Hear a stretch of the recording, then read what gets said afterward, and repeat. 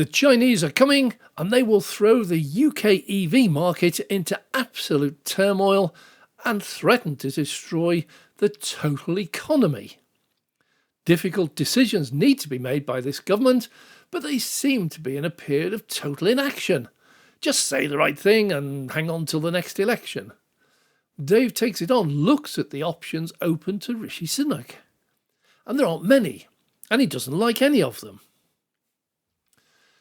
Well, as a young naval officer at Britannia Royal Naval College, I was trained to problem solve. We were told that we, as very junior officers, would be in charge of seasoned, experienced engineers with decades of practical knowledge and experience of equipment that we had never seen. And they would get into fights from time to time, mainly about procedures, but often about a seasoned veteran with maybe 25 years of training and hands-on experience fighting off a young whippersnapper with only 15 years of specialist knowledge and experience trying to impose his modern ideas. Any attempt to bluff or guess your way through this was an instant recipe for disaster. We were taught never, ever take sides. Instead, we were taught to get each of the warring parties to spell out the problem to me, as their officer, and to each other and offer their own solutions.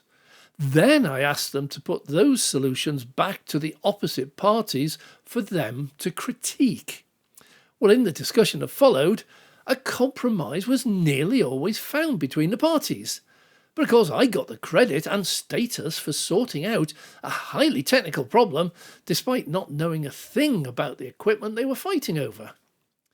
Well, as such, I have a very analytical mind and try to dive down deep and see what the problem is and how or who can sort it out. And the choices facing Rishi Sunak seem impossible when it comes to China. Let's dive deep and find out why. Well, over the years, decades, we've transferred most of our manufacturing to China with its cheap labour and rather lax attitude to health and safety and rules. We, meanwhile, became assemblers of bits made elsewhere. We've not had a proper car industry for decades. We have assembled components made elsewhere, notably Japan from back in the 70s right through to today, Europe over the last 2 or 3 decades, and China over the last decade. We manufacture very, very little. Well, for countries like Japan, it was a way into our market. Set up an assembly line here, ship all the components over, and stamp the cars as made in the UK, meaning that, when we were a member of the EU, they could export to Europe with no tariffs. Well, Brexit changed all that, and Japan rather went off the boil. UK-assembled cars now attracted a tariff if assembled here and sold into Europe. So over the last 50 years, our car manufacturing has all but disappeared. Rather than let them just go bust, other countries have been snapping up our homegrown car giants at bargain prices all around the world, like MG and Jaguar and Volvo and Vauxhall and Lotus and Aston Martin and TVR and McLaren. Well, most people think this long list are all British. No longer. Not one of those is British. But whoever bought them, be that China or India or Russia or Canada, they kept the brand name and the vestiges of the company back here in the UK. A token gesture, but enough to overcome tariffs and convince the British car buying public they were still British. Over the last 20 years or so, the factories have gradually shrunk or even shut down, with production heading to cheaper manufacturing centres abroad, leaving us with very little left. But we still employ 180,000 people directly and support industries like Pilkington, who make the windscreens, Lucas, who make wiring and electrical components, and Rimstock, who make alloy wheels, countless small UK engineering companies, adding another 780,000 jobs. It is a sizable industry and a major employer of skilled, fairly well-paid labour, despite not actually manufacturing any cars. Well, this is definitely not one to mess with. Besides being a major employer, it is deep-seated in our hearts and souls. You don't mess with the car industry. But here lies the problem. Those companies that went off to China transformed over the last 20 years into electrical vehicle manufacturing giants. The Chinese traditionally are brilliant at copying, not so good at designing and developing. But when the Chinese government went all in on EVs 2 decades ago, offering hugely generous incentives and subsidies, they gradually and very quietly became world leaders. The old cheap and nasty image, while still there on trivia like kids' plastic toys and clothing, has long since disappeared, and China today is a world leader in quantity and quality, particularly in EVs. Don't forget, all European Teslas are made in China with Chinese labour. And their quality today, wasn't in the beginning, but today, is right up there with Mercedes and Audi and BMW. Well, in case you missed it, China has just become the world's largest exporter of cars, overtaking the USA, Germany, and now Japan. And with their home economy crashing faster than Lehman Brothers in 2008, their eyes are set firmly on overseas sales. But India's out. They regularly go to war with China over Tibet and constantly fighting over who's the biggest. The US is out, as President Biden is on a bit of a Make America Great Again. Oh, hang on, where have I heard that before? Oh yeah, bring back American jobs to America. And he's slapping on sanctions like suntan lotion.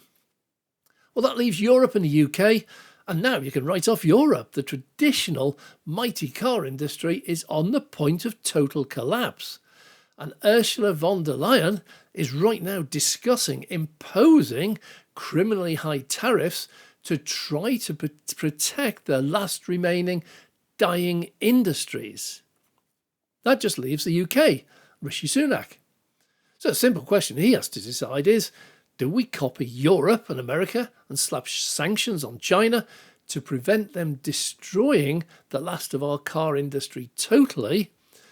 Or do we embrace them and allow our car buyers access to really very good and cheap EVs and keep the jobs over here assembling, thus keeping the last vestiges of our car industry going for a good bit longer and keeping those jobs?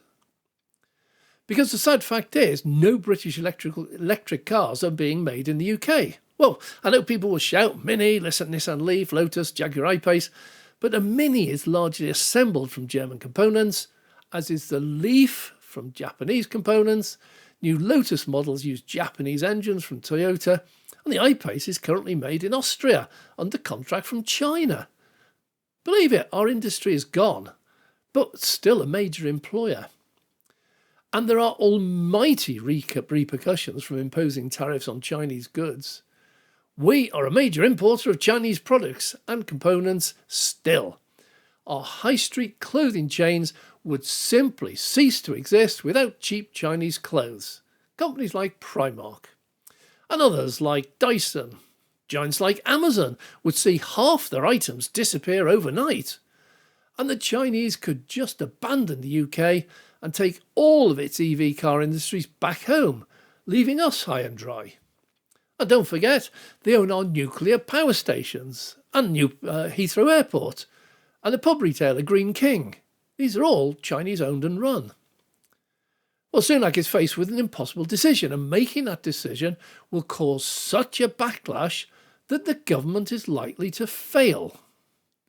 But not making that decision will result in an accelerating descent of the UK economy, heading towards becoming a third world country. What's your choice? So, what do I think is going to happen? Well, unless he grows a pair of balls, I fear the third world status will happen. But it doesn't need to. Somebody needs to take a look at the world and realise or admit that we can no longer manufacture very much at all, not just here, but America and Europe as well. Manufacturing was what built the British Empire. It was cheap slave labour, but those days have gone, just like our manufacturing industries. We need to accept they have gone, they're out of date, and focus on what we still do really well. And there is plenty.